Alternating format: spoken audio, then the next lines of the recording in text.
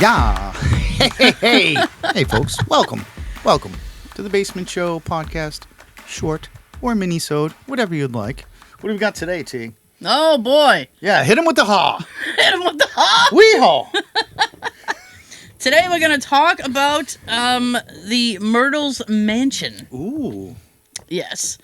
Located in the deep American South, where summers are warm and the air is thick, and spirits of overworked slaves and brutal masters lie at the Myrtles Plantation in St.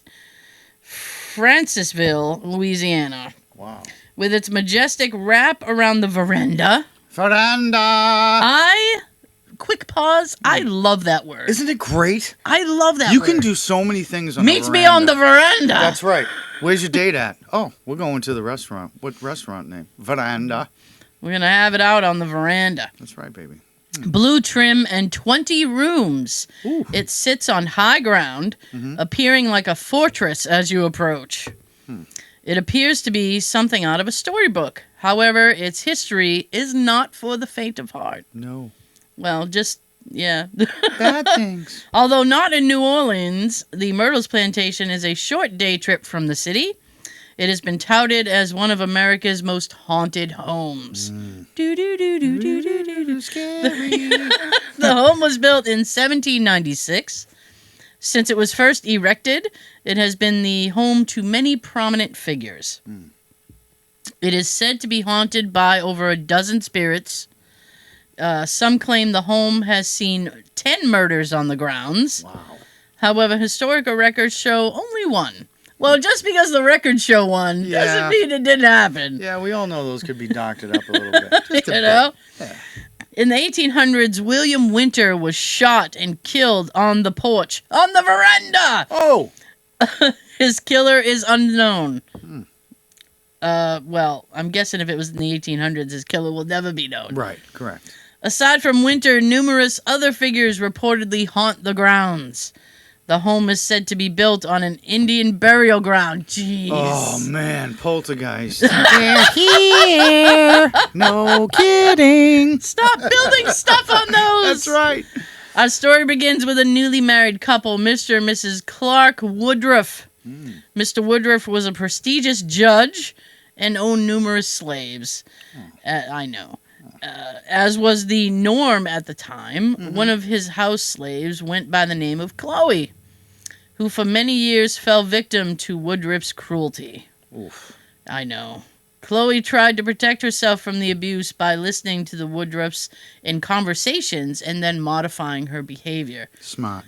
One day, after being caught eavesdropping, Woodruff had Chloe's ears cut off. Oh, man. Yeah, he was a That's bastard. not a nice person. No, he's not a At nice all. person. Forcing her to carry the shame and disfigurement the rest of her life, her mutilation was hidden at the request of the Woodruffs by the use of a green turban. No one would see this terrifying mark, but the painful experience would stay with Chloe and inspire her to make plans for her revenge. Awesome. Get it, girl! Get it. Get it! On the 9th birthday of the Woodruff's daughter, Chloe placed poisonous oleander leaves into the cake. Woo! Oh, Winning! it's gonna be a party. That's right. Chloe's plan was to poison Mrs. Woodruff and the children. Some sources claim that it was never her intention to kill all 3 family members. They just suggest that Chloe wanted to get them sick so she could nurse them back to health. She'd be a hero. Right. Right. In the South, local healers were among the most respected of the community. If Chloe could heal the family, she would be safe from the harsh reality of working the fields.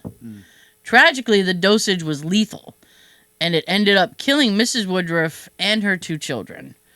After word spread of her actions on the plantation, the other slaves were the ones to take revenge. Chloe was hung by her neck for everyone to witness until the life was drained, and she was then weighed down by rocks and thrown into the river. Ugh. Oof. That's, unpleasant. Yes. The plantation was the site of other gruesome activity after Chloe's death. The new owner, a wealthy family man, and his 5 children would pass away from tuberculosis on the property. Ugh. The home was later passed to one of his surviving daughters and her husband, the Winters. Mr. Winter was a proud member of his community and did his part by teaching Sunday school at his home. One day, Mr. Winter was teaching. An unknown man rode up on a horse, yelling to see him. That must have been something. I am on my steed. Present yourself. Post haste. As he came out to address the man, he was shot point blank range on his front porch. Whoa. He retreated into the home and staggered up the stairs to eventually die in the arms of his wife. Aww. The sound of his strong and forceful stomps still linger in the home today as visitors report hearing heavy footsteps from an empty staircase. The plantation went on to be used as a film set for movies like The Long Hot Summer. These visitors were not safe from having their own paranormal encounters. While filming, cast and crew members reported witnessing furniture moving from the home all on its own. They could find nothing to explain the activity. That means get your stuff and go. Yep, that's right. Get out now. We don't need you to walk. We need you to run. Don't walk. Run. AZZ. Get out. The paranormal activity became more noticeable during the 1970s once it was purchased by the Mayer family.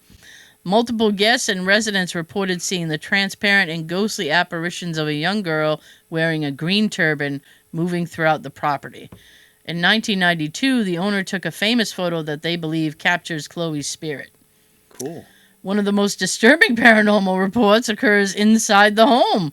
In the grand hallway, there is an antique mirror just outside the dining room.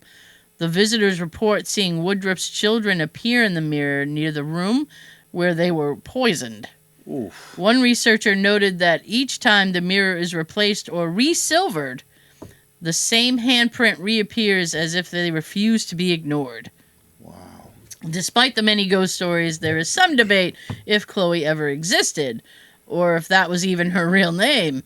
Today, this residence is known as the Myrtles Plantation Bed and Breakfast, but it is also recognized as one of the most haunted houses in America, according to National Geographic. Right. They offer historical tours throughout the day and into the dark night. I don't think so. Nope. If you're brave enough, spend a night at the Myrtles Plantation. Before you check the mirror, hit the like button and be sure to subscribe. We'll be back next week with a full episode. Until then, stay off the porch. That's right. Love you. Get on the veranda. That's right. Meet me on the veranda. Yeah.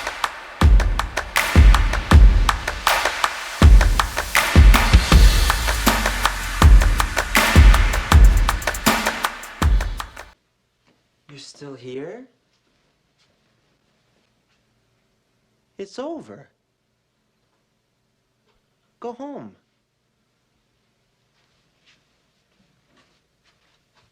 Go. Yes. Yes.